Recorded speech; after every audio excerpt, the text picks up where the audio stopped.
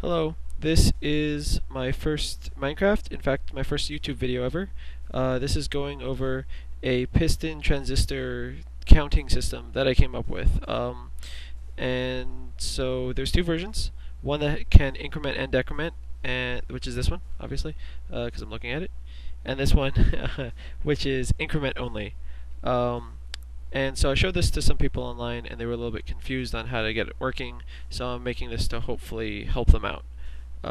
So this will just go over the increment only one in this video.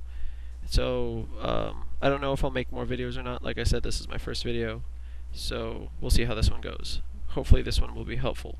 So what I do is first I'm going to cut it into the ground just for ease of making this. You can make this, obviously on anything at any altitude you like, but I'm just cutting into the ground to make this simple. And then for this, you can make this as long as you want. For this video, I'm just going to make a 4 counter as an example, but you can make as many, to have it count as long as you like. So I'm make this 9 long. So 1, 2, 3, 4, 5, 6, 7, 8, 9, and then just cut the rest of this out.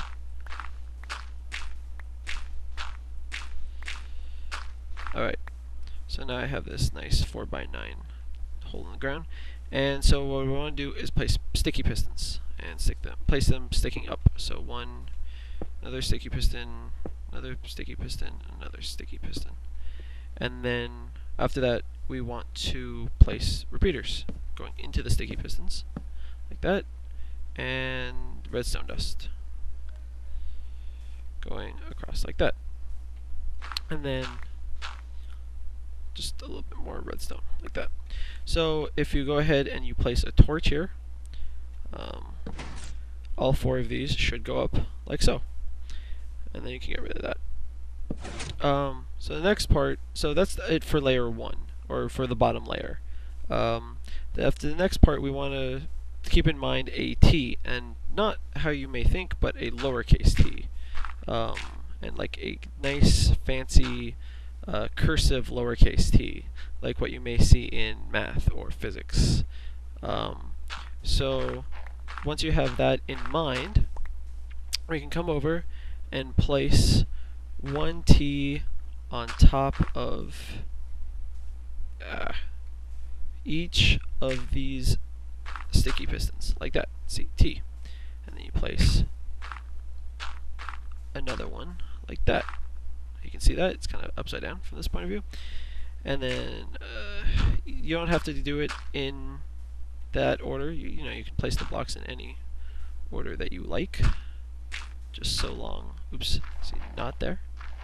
So long as you're making the T shape along the way. And so if you look at it, you could possibly still see the T's. If you don't, it may just look like an area of dirt with holes in it. However you see it, this is what it should look like. And that's it for layer 2. Now layer 3 is mostly just repeaters. So we go ahead and stick a repeater on the top of all of these. These will be our outputs. So we will have an output every other block. And then, so not only on the tops, but also on the middles, you want to stick them like that. And then on the stems of the T's as well. And these you will have set to max delay. And even here, this one won't really do anything, but I'm just putting it there for completeness. On these stems you want to be facing the opposite direction, but still at max delay. Like that, and like that. And then just to review, or to look at this, to look at this with the T's again, all horizontal repeaters should be at max delay, and all vertical ones should be at minimum delay or no delay. You don't need any reason to have an increased delay on these. And then finally, we just need to put down a little bit of redstone. So we put down like that, like that, like that, and then you can just have that come off to the side. Now if you go ahead and place a torch, again, on this line, this is our reset line. So if you place a torch, it'll automatically put all the blocks up. But when you take the torch away, they all fall down again. and you're like, hey, it's not counting. But that's because for this line, we actually need to use negative logic. So this should always be on. And notice that now all of these will be on. So when we hit the reset, they of course go up, but now they don't drop. And this is because of a glitch that because this block is receiving power, then the piston thinks it should be receiving power. And so then all the pistons stay up. So when I go ahead and hit this, I want to send a negative pulse. So this is using negative logic. I want to send a pulse down, a negative pulse, which means sending an off signal down the line.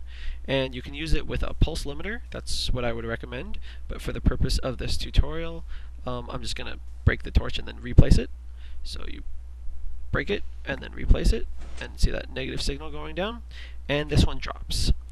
And that's because it doesn't receive any power from this repeater here. This is just here for completeness, but there's obviously nothing sending power in this way. And when this negative signal comes down, it will drop. But for these, that's not true, because when the negative signal comes in, for instance, to this one, it's still receiving power. And so on here. And by the time that this one stops sending power, this one's back on, so this one is always powered. And it's true for this, and so on. But now notice that now that this block has dropped, this repeater is no longer on, so the block is no longer receiving power from this side, and the next negative signal that comes down will then turn this repeater off, and the block is no longer receiving power at all, so this one will drop as well. And so it will increment down the line. And like I said, you can have an output every other block, and the output is in negative logic, so as it increments, they are turning off one by one.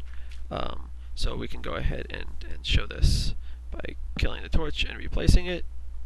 That was a little bit too fast.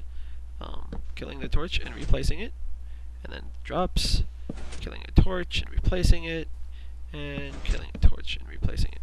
And so, and then when it's all down, you can hit the reset, or you can obviously hit the reset at any time.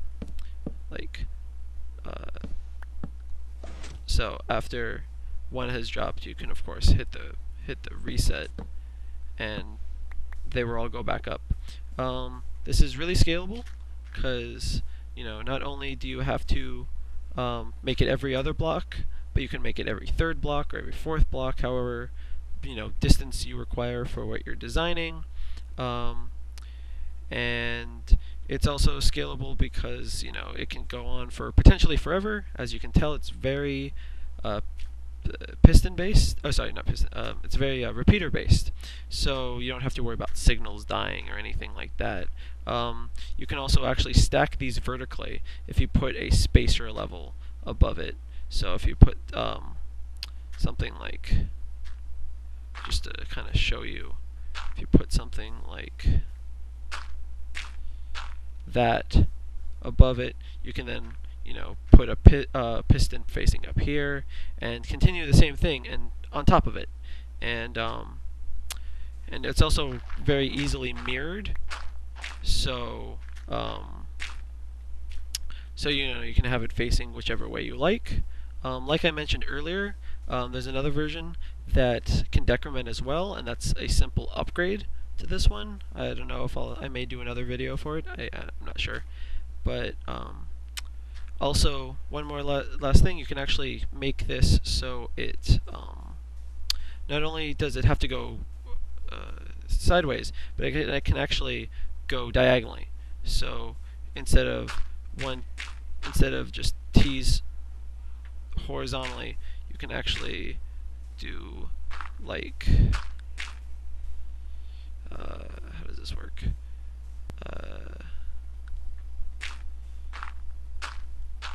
Oops, not there. Like that. And so you can actually have it go diagonally, and this will continue up like so. So yeah, it's obviously very compact, very flexible design. Like I said, upgradable to the decrement also, and has a reset. So yeah, I hope this was helpful, and I hope you guys liked it. Leave comments or like or what have you if you think I should do more videos. I don't know. Do not know what the future of me and YouTube is, but I hope this video was good. So, thanks. Bye.